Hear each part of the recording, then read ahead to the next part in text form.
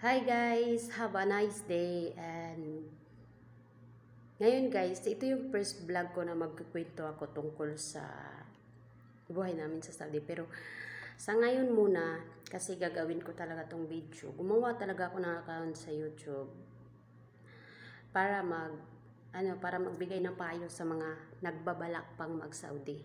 Lalo na yung mga first timer. Marami kaming batch na nagpunta dito sa Saudi, nag-abroad, na umuwing luhaan. Umuwing luhaan. Isa na ako doon, uuwi akong luhaan this coming January. Alam niyo kung bakit sinasabi kong uuwing luhaan? Dahil sa maling pagkahawak ng pera. Dahil sa mataas na pangarap, dahil sa ganun. Kasi pagpunta natin ng Saudi, ganito yun, di ba? Magde-decide tayo na mag-Saudi for a reason. Yung mga rason natin dyan is bigyan natin ng magandang kinabukasan yung anak natin. Isa na yan. Magpatayo ng bahay.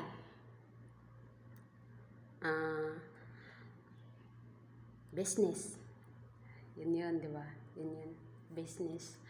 So, ang nangyari, nung nakalipad na, nandito na sa Saudi, yung pamilya ng nag-abroad, hindi ko nila lahat ha. Hindi ko nila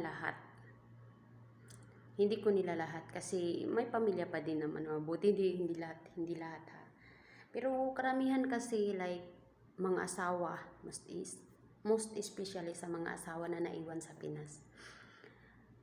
Ito ha, kwento ko tong isa kong kaibigan. Pinagmalaki niya sa akin yung asawa niya na mabait daw. Hindi daw luluko-luko. Nagpapatayo na daw bahay, mabait daw, ganyan. Alam mo nung natayo na yung bahay niya. Tapos, wala, hindi na natapos. Kasi yung asawa niya, nung naitayo na yung bahay niya, naghanap ng ibang, parang naghanap ng kaligayahan aside sa bahay, aside sa pangarap ng asawa niya. So, naghanap ng iba.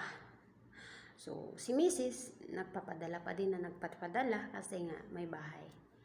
So, ayun. Hanggang sa hindi na niya nakikita, wala nang update, naitayo lang yung bahay. Na skeleton lang, hindi natapos. Tapos padala pa din siya ng padala kasi yung asawa niya, tatawag yung asawa, ituhan, kailangan natin ng ganito, ganyan, kailangan natin ng kabilya, kailangan pa ng more mga gamit ng para pagpatayo ng bahay. At saka, kailangan pa natin ng pangsahod ng worker natin, ganito, ganyan, ganyan. So si Mrs. naman, hiram doon, hiram dito, hiram doon para matapos yung bahay. Ito yung senaryo. So, after nun, biglang naglaho si husband. Natahimik. Tapos, ayun. Biglang wala nang balita sa bahay. Tapos, nakikita na niyan yung mga anak niya nang dudungis na, nasa kali na, pinipicturan na ng mga kapitbahay. Ito yung anak mo, sinisend na sa kanya. Pinipicturan na ng mama niya or ng kapatid niya na ito na yung nangyayari sa kanya. Huwag ka nang magpapadala. So, kung kailan patapos na siya sa kontrata niya dito, sa kanya nalaman na nagloko na pala si Mr. sa Pinas. So, ang nangyari, umuwi siya doon, tapos bumalik abroad. Tapos pagkabalik niya sa abroad, nagkasakit. So, ngayon, wala nang tutulong sa kanya. Nasa abroad siya ngayon, pero mahirap na masyado yung sitwasyon niya kasi nagkasakit, sobra. Hindi lang siya, marami, may isa pa din akong kaibigan na ganun din, magpapatayo yata ng bahay. Ganun din, pangarap din na magpatayo ng bahay. Pero walang update. Ang sinasabi lang ni husband is, ganito, bili tayo ng ganito, ganyan, para patayo talaga yung bahay, para maitayo talaga yung bahay, ganun. Tapos at the end, yung patapos na yung kontrata niya, ilang buwan na lang, uuwi na siya. doon niya nalaman na yung pera niya pala na ginamit, ay yung pera niya pinapadala, binubuhay na pala sa ibang pamilya. Saklap, diba? So anong gagawin? Nasayang yung pagod, nasayang yung pinaghirap, masakit sa dibdib. Ako, gusto kong umiyak kasi sa mga senaryo tong sinasabi ko mga batch ko to Mga senaryo namin bilang OFW. Tapos ito pa ha, isa pa rin kwento ko ha. Isa din sa batch ko na nag-abroad din dati sa Kuwait. Ganun ding situation, bibili ng, iba yung sa kanya kasi sasakyan yung gustong bilhin ng mister niya. Bibili ng sasakyan. So, anong nangyari? Padala siya ng pera.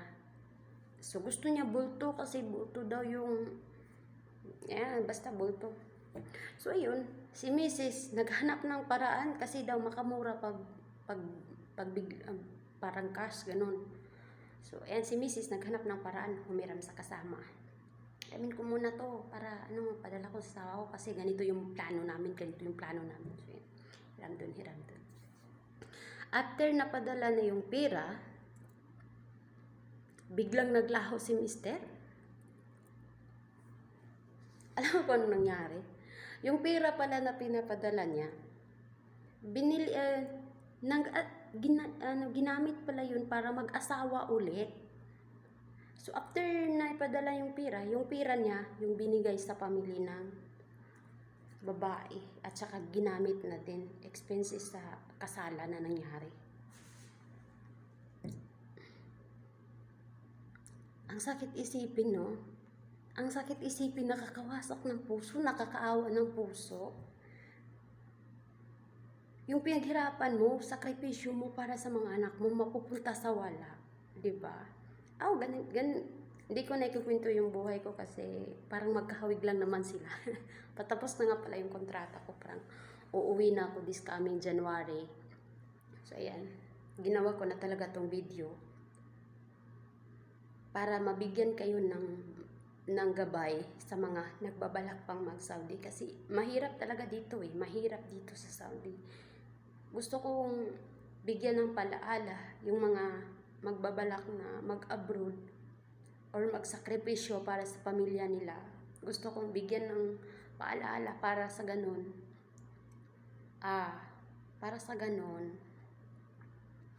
May common idea na kayo kung anong expectation yung pagdating dito. Like for example, marami yung buo yung pamilya tapos pagpuntang Saudi, okay pa yung 1 year.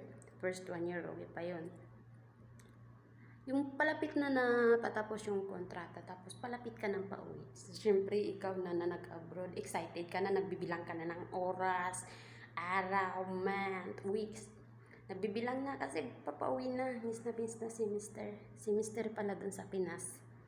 Nangangabayo na. Kaloko, diba? So, ayan. Ito yung pinaka-the best payo ko sa gustong mag-abroad. Ito gawin nyo para hindi masayang yung pera nyo. Kasi sa batch ko talaga, halos marami po yung umuwing luhaan.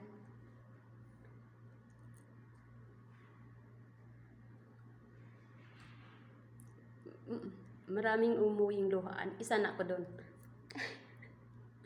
Gusto ko nga umiyak So, ito gawin nyo. Ito yung payo ko talaga para hindi masayang yung pag-abroad nyo. Kukuha talaga kayo ng ATM. Yung ATM na yan, yung kalahati yung sweldo nyo, ipadala nyo sa pamilya nyo. At saka yung kalahati ng sweldo nyo, ilagay nyo sa ATM nyo. So, magkano bang sahod dito sa Saudi? Yung sahod natin dito sa Saudi is aabot lang ng 18,000. 18,000 lang. Lalo na kung mababa yung palitan ng dollar, 18,000 lang po talaga. So, ang gawin nyo, kalahati sa pamilya nyo, or pwede kahit every month, 1.5 SR talaga to, diba? 1.5 SR. So, pwedeng ibigay nyo sa pamilya nyo is 700 SR. Tapos, sa'yo yung 800 SR. So, padala mo yung lahat. Or magtira ka para sarili mo. O pwede 700 SR, padala mo sa pamilya mo. 700 SR, lagay mo sa account mo. 100 SR para sa'yo sa mga gamit natin dito. Or sa shampoo, sa toothbrush, sa sabon natin, sa lotion, etc. 100, enough na yan. 100 SR. Ganun lang. Huwag masyadong magtiwala. Kasi yung pera mapanukso. Iisipin kasi nila na palagi tayong nagpapadala. Ilang buwan lang ba yung 2 years, diba? 24 months lang yun. Diba? Madali lang yun. Madali lang tapusin yan. So, diba, pag 24 months, kalahati yung sahod nyo, ibibigay nyo sa pamilya mo. Kasi first month natin dito is, hindi naman ako naniwala, wala kayong hiram pag nag-abroad tayo. May mga nahihiram tayo na pera. So, first month, yung kalahati para sa pamilya, yung kalahati para sa bayaran mo natin yung mga utang natin. Bayaran mo natin yung mga utang natin. Tapos yung second month, ganun pa din. Mas mabuti na kung magpatayo man ng bahay. Andun na kayo. Wag ipagkatiwala talaga yung pera. Pero lang kung sa asawa mo mabait, tapos hindi masyadong barkadista. Ito ugali ng asawa na hindi nyo pagkatiwala ng pera ha. Barkadista.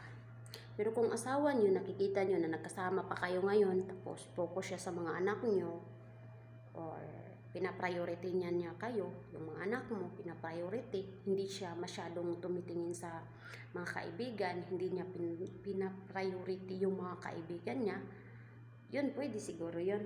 Ganong asawa. Pero pag ang asawa nyo barkadista, huwag mo nang ipagkatiwala.